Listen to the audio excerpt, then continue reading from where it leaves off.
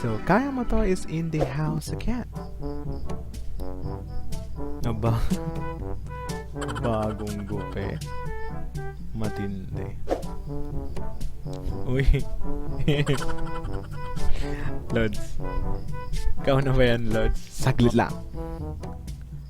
Moment ko to. So, pwede. Chupe.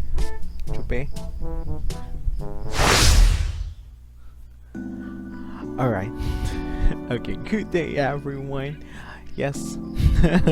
Nagpagupit ako kasi nga. Right. Medyo. Right, para na tayong multo sa buhok natin lately. So, pag-usapan natin ngayong araw na to. Paano nga ba magtanggal or mag-hide ng subscriber count or mag-show ng subscriber count? Kasi meron rin mga tao or YouTubers na ayaw ipakita yung subscriber count. Meron yung iba na proud na i-show yung subscriber count. So, it's a matter of choice. Okay? So, gusto nyo malaman? Right? Bago ang lahat, bago natin simulan yung tutorial video natin, don't forget, hit thumbs up, subscribe, and ring the bell icon para sa future notification ng upcoming videos ko. Alright, so, kung may katanungan kayo or request, pwede kayo mag-leave ng comment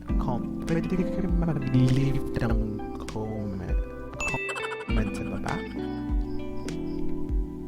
At susubukan kong gawan kayo ng video tutorial hanggang kaya.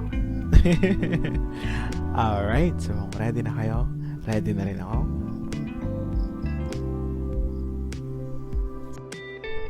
So yun. So buksan lang natin yung YouTube application natin or YouTube Studio sa mga smartphone users. Sa mga computer users, open lang tayo ng browser ulit. So, punta tayo sa studio.youtube.com and hit enter. So, pagkapasok natin sa YT Studio or YouTube Studio, pumunta lang tayo sa left side. Alright?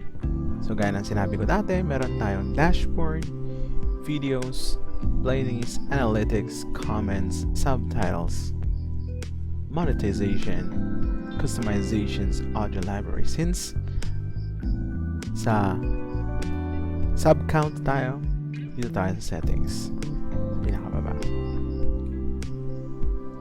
Then, sa settings, meron tayong general, channel tab, upload defaults, permissions, community, and agreement. So, doon lang tayo sa channel.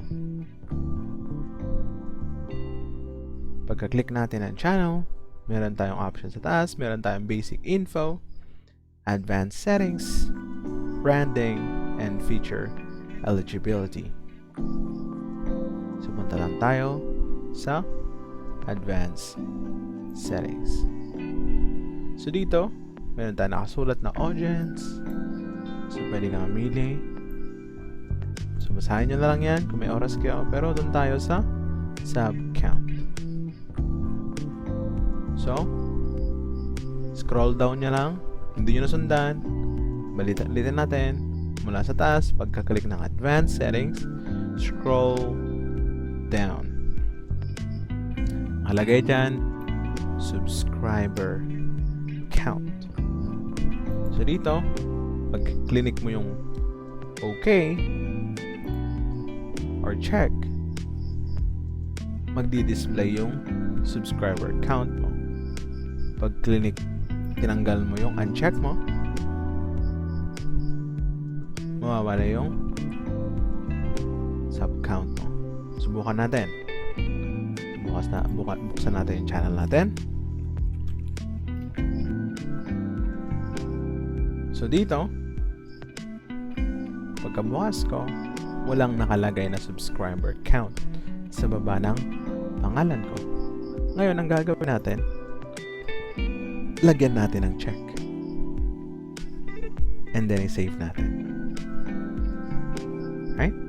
Check lang sa subscriber count. Then, save. Save ko.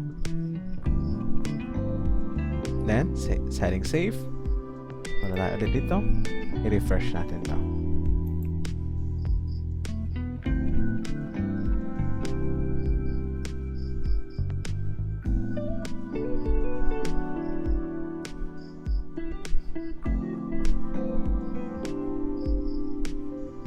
So, kita mo, nakalitaw na yung subscriber count.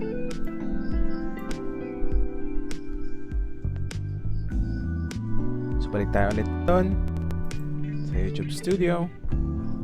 Balik tayo ulit sa pinanggalingan natin kanina sa settings, sa channel, advanced settings, scroll down, uncheck natin to, subscriber count, and hit save.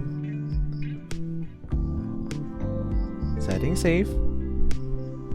Pagkapunta ulit natin dito, refresh natin.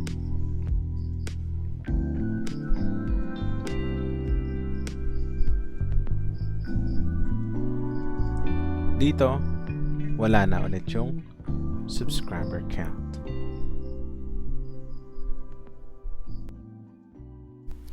Yun nga guys. So alam nyo na kung paano magtanggal, magpakita ng subscriber count.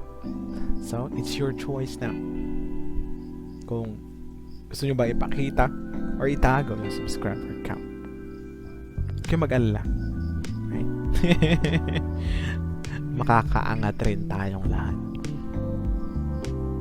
Kasi alam ko kung bakit gusto nyo malaman kung paano tanggalin yung subscriber count. Kasi gaya ko, nahihiya rin kayo ipakita yung subscriber count, lalo pag maliit pa yung bilang ng subscribers natin. Pero huwag kayong mag-alala, kaya yan. Right? Push nyo lang. Right? Sipag lang. Gawa lang kayo ng maraming videos, dadami rin yung subscribers nyo. Alright? So, sana natulungan ko kayo sa tampok natin na usapan ngayong araw na to.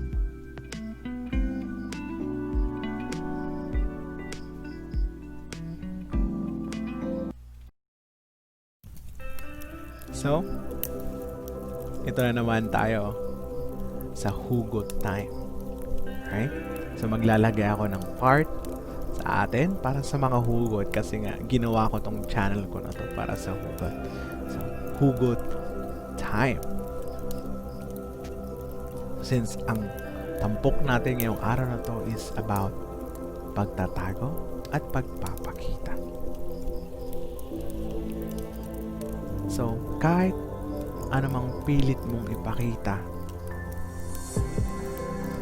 sa kanya yung pagmamahal mo, kung alam mo namang talo ka sa kanya, pilit mo na lang itong itatalo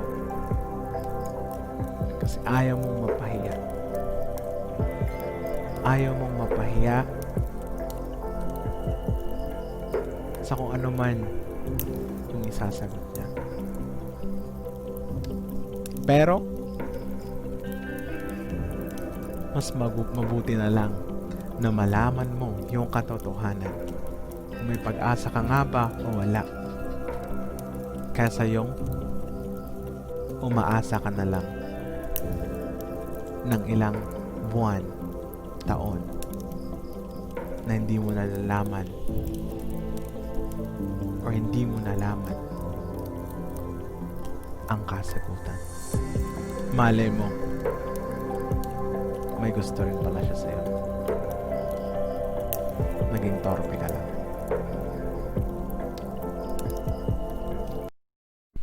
So, yun nga guys. Alright? Maraming salamat sumubaybay at nanonood ng aking video. So, sa mga hindi pa nakasubscribe dyan, don't forget, hit like, subscribe, and ring the bell icon and leave a comment below.